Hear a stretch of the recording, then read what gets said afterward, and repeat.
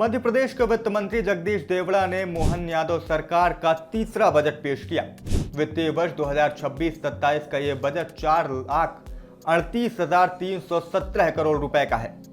जगदीश देवड़ा ने 1 घंटे 30 मिनट का बजट भाषण भी दिया, जिसमें उन्होंने बताया कि ये बजट ज्ञानी स्वरूप में है, यानी इस बजट में गरीब, युवा, अन्नदाता, नारी, इंफ्रास्ट्रक्चर और इंडस्ट्रियलाइजेशन पर विशेष फोकस किया गया है और बजट का एक बड़ा हिस्सा यानी लगभग 3 लाख करोड़ रुपए का प्रावधान इन्हीं के लिए किया गया है।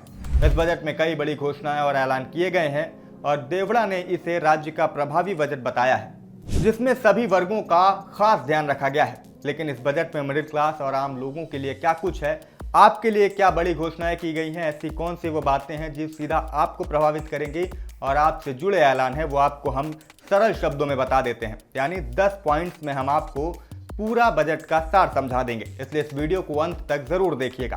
नमस्कार, मेरा नाम शिवम द्विवेदी और आप देख रहे हैं IBC 24 डिजिटल।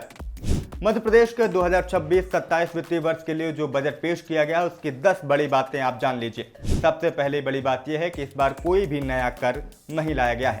वित्त मंत्री जगदीश देवड़ा ने कहा कि इस बार राज्य के लोगों को कोई नया कर नहीं देना होगा, कोई नया कर नहीं लगाया गया है। जो पुराना टैक्स सिस्टम है वही राज्य में लागू रहेगा।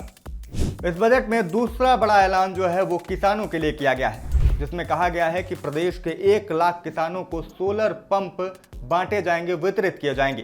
3,000 करोड़ रुपए की लागत से 1 लाख किसानों को सोलर पंप वितरित किए जाएंगे और इस योजना का लाभ प्रदेश के हर जिले के किसानों को मिलेगा।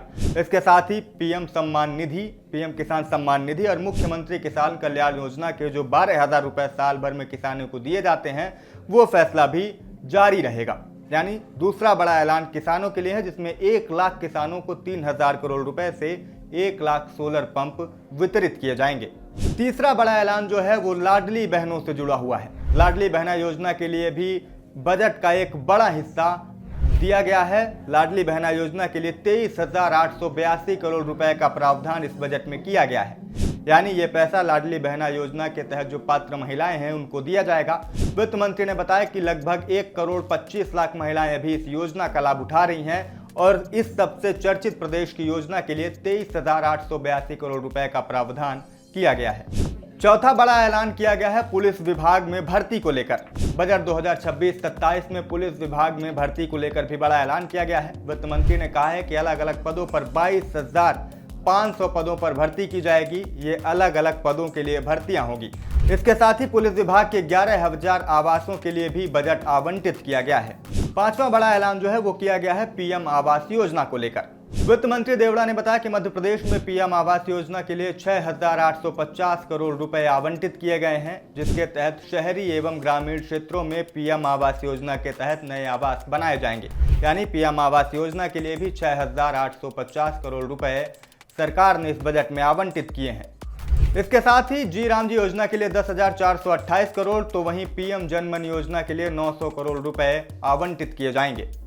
छठवां बड़ा ऐलान श्रम विभाग के लिए किया गया है। श्रमिकों के हितों को ध्यान में रखते हुए किया गया है। वित्त मंत्री ने अपने भाषण में बताया कि श्रम विभाग के लिए 1,335 करोड़ रुपए बजट का प्रावधान किया गया है और इस रकम का उपयोग उनके सामाजिक आर्थिक हितों को ध्यान में रखते हुए उनके लिए नई योजनाओं और उनके भविष्य को सुरक्षित रखने के लिए किया जाएगा।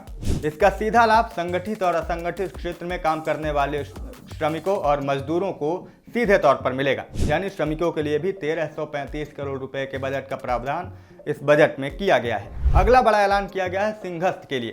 वित्त मंत्री ने बताया कि सिंहस्थ आगामी 2028 में होने वाले सिंहस्थ में महाकुंभ के लिए 3,060 करोड़ रुपए का बजट का प्रावधान किया गया है, जिसमें सिंहस्थ के लिए जो भी आने वाले काम होंगे इस बजट से, इस रकम से वो सारे काम पूरे किए जा सकेंगे, जिससे 2028 में जो सिंहस्थ में कुंभ होना है उसको सही तरीके से संचालित किया जा सके, वहां पर किसी भी तरीके की कोई समस्या ना आए और पूरे काम जो सुचारू रूप से हैं वो इसी रकम से पूरे किए जाएंगे।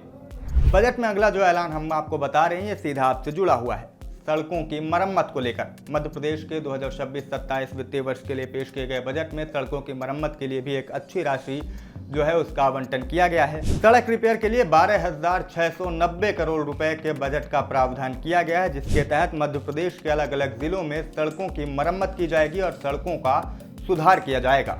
अगला और 9वां बड़ा ऐलान है स्वास्थ्य क्षेत्र को लेकर। मध्य प्रदेश में स्वास्थ्य विभाग और स्वास्थ्य क्षेत्र को लेकर 23,747 करोड़ रुपए के बजट का प्रावधान किया गया है, जिसमें प्रदेश के सभी अलग अलग जिलों में स्वास्थ्य से जुड़े कामों को किया जाएगा। स्वास्थ्य से जुड़े जो पेंडिंग काम भी है उनको भी पूरा किया जाएगा और नई आगामी योजनाओं के लिए भी इस रकम का उपयोग किया जाएगा।